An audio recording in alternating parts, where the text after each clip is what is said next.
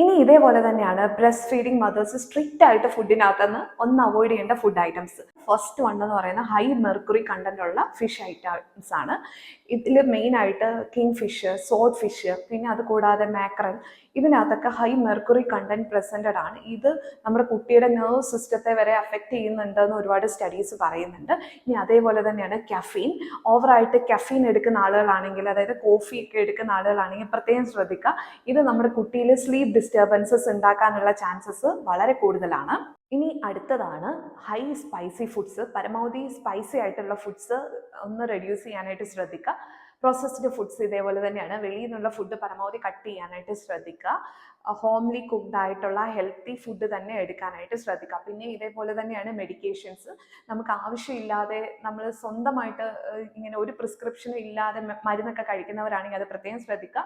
നമ്മൾ breast milk ഒക്കെ ബേബിക്ക് കൊടുക്കുമ്പം അത് അവരുടെ ഹെൽത്തോട് അഫക്റ്റഡ് ആവും. അപ്പോൾ ഇത്രയും കാര്യങ്ങൾ നിങ്ങൾ പ്രത്യേകം ശ്രദ്ധിക്കുക. താങ്ക്